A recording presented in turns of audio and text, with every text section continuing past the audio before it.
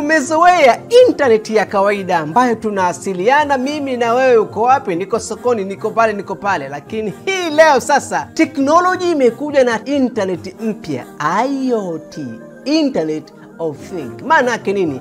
Vifaa vitawasiliana. Simu itawasiliana na freezer litawasiliana na AC itawasiliana na kiti, labda kiti chilichokaa kitazungumza na kitanda kitazungumza na viatu. Swali la msingi, vitawasiliana kwa njia gani? Na hivi havina mdomo, vitawasilianaje? Vitawasiliana kupitia Wi-Fi. Kila kifaa cha kisasa kitakuwa kina Wi-Fi. Kiti kitakuwa kina Wi-Fi, kompyuta itakuwa ina Wi-Fi, AC itakuwa ina Wi-Fi, freezer itakuwa ina Wi-Fi, gari itakuwa ina Wi-Fi. Kupitia hizi Wi-Fi zote zikiunganishwa, vifaa hivi vitakuwa vinaonana, vinawasiliana, na kisha kutakuwa kuna sehemu maalum au cloud maalum ambayo taarifa zote zitakwenda huko. Kwa mfano haraka sana, wacha twende barabarani. Barabara zetu sasa tunakuta makamera mengi yanafungwa, na baadhi ya makamera yanakuwa ni smart camera. Hizi kamera zinakuwa zinawasiliana na zinarusha kile kinachotokea pale barabarani, yanarushwa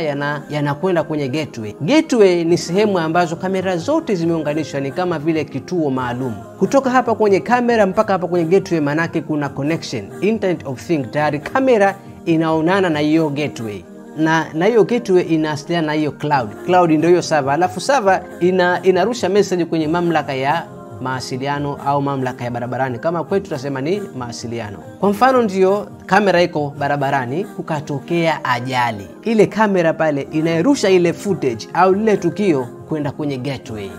Gateway ni sehemu ambayo zile kamera zote zimeunganishwa pale, ni kama kituo kidogo.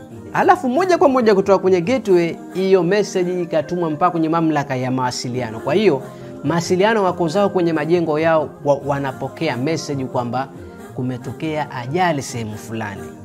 Na wao mawasiliano, kwa vile Internet of Things vitu vinawasiliana, mamlaka ya mawasiliano na wao wako connected na mamlaka nyingine, labda uwanja wa ndege, wanaweza kutuma message zikienda kwenye mamlaka uwanja wa ndege, na uwanja wa ndege wakajua kwamba labda barabara fulani kumetokea ajali, na hiyo mamlaka ya uwanja wa ndege ikapokea ile message kwamba kumetokea ajali sehemu fulani. Nayo kwa sababu ndege zote zinakuwa connected kupitia IoT, hata yule dereva kwenye ndege yuko kwenye flight huko, anapokea message kwamba kumetokea ajali sehemu fulani, na message hiyo inaweza kutumwa kituo cha polisi. Isishie hapo sasa, message ikaendelea kuzunguka kwenye mawasiliano ya ndani. Message hiyo ikatoka kwenye mamlaka ya mawasiliano, halafu moja kwa moja labda ikaenda kwenye manispaa au kwenye mamlaka ya mambo ya manispaa, ambao wao manispaa ndo wanamiliki hizo roadboard. Roadboard ni zile bana ambazo tunazikuta barabarani ambazo ni za matangazo. Kwa hiyo dereva au mtu ambaye hajui mbele kilichotokea, akipata message pale kwenye lile bana, anageuza njia, anapita njia nyingine, anakwepa ajali au anakwepa kuchelewa. Kwa sababu kama mfano angekuwa hajui, ingekwenda fika pale akapoteza muda, akakaa kwenye foleni. Si uchawi, hii ni IoT, Internet of Things. Dunia inakokwenda itakuwa binadamu hafanyi kazi tena yoyote, kazi yake ana relax tu. Mfano, sisi tukiamka asubuhi, kawaida kuna mambo lazima tufanye, labda tukoge, tunywe chai, halafu kwa wale wenye usafiri wawashe gari zao waende zao na safari. Kawaida binadamu anapoamka, na sote tukiamka, jambo la kwanza, mwingine akiamka anaangalia simu, mwingine akiamka ataangalia saa.